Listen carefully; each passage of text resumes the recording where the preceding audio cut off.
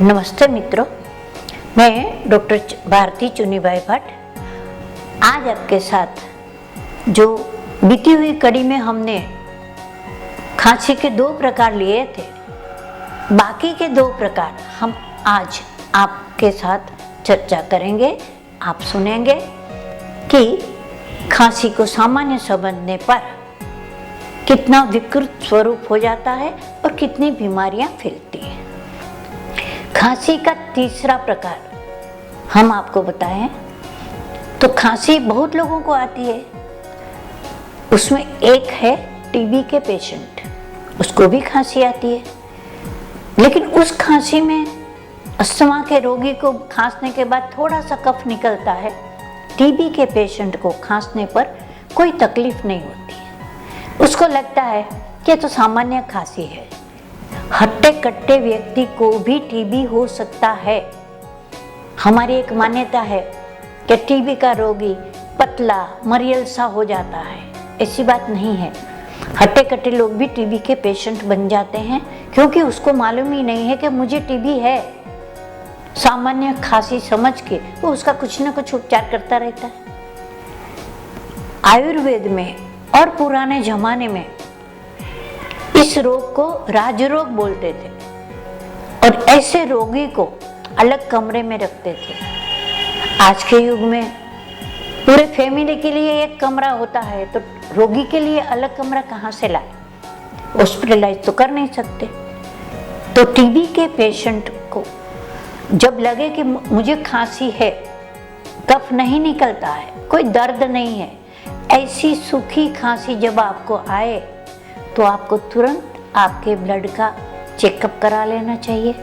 Hospital में जाके अपना इलाज कराना चाहिए और सरकार की ओर से इस रोग की दवाई तो मुफ्त मिलती है। दवा जरूर और तुरंत करनी चाहिए ताकि आपकी खांसी मिटे। इस रोग के खांसी को खांसते समय कफ की जगह कभी कभी खून निकलता है।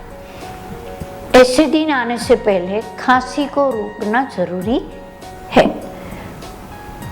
अब हम बड़े बड़े शहरों की बात करें तो खांसी के जो जंतु है वो आपके आसपास में कोई खांसता है तो भी आपको रोग लग जाता है। इसीलिए छोटे बच्चों को, वृद्धों को जिसको खांसी और सर्दी हुआ है उससे अलग रखना चाहिए, यानी दूर रखना चाहिए। या तो जो खांसता है उसको अपने चेहरे पर रुमाल रखना चाहिए।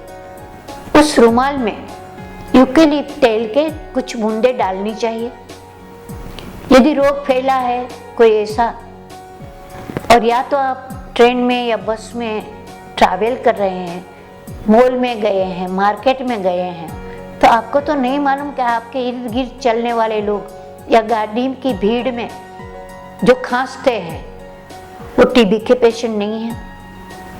तो आप अपनी रक्षा कीजिए और खांसी वाले व्यक्ति से दूर रहने की कोशिश करें।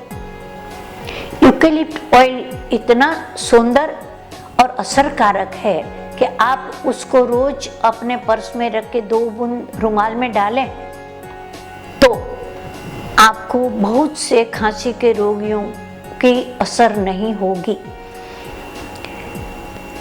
अब चौथी खांसी होती है जिसको गले के डिप्थीरिया या तो गले के कोई रोग है, तो उस समय आपको गले का उपचार कराना चाहिए।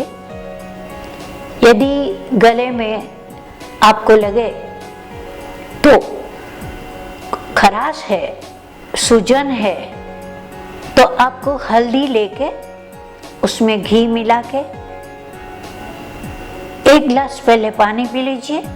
उसके बाद वो मलहम जैसा बना के आप चाट लीजिए और 2 घंटा पानी न पे तो जो गले की खराश या तो गले की कोई बीमारी की वजह से खांसी है, शरीर के अंदर से नहीं आती है, सिर्फ गले की बीमारी से सांस बराबर बाहर नहीं आती है, तो वह रोग 2 या 3 दिन में मिट जाता है। इस तरह खांसी का आप इलाज जरूर करिए।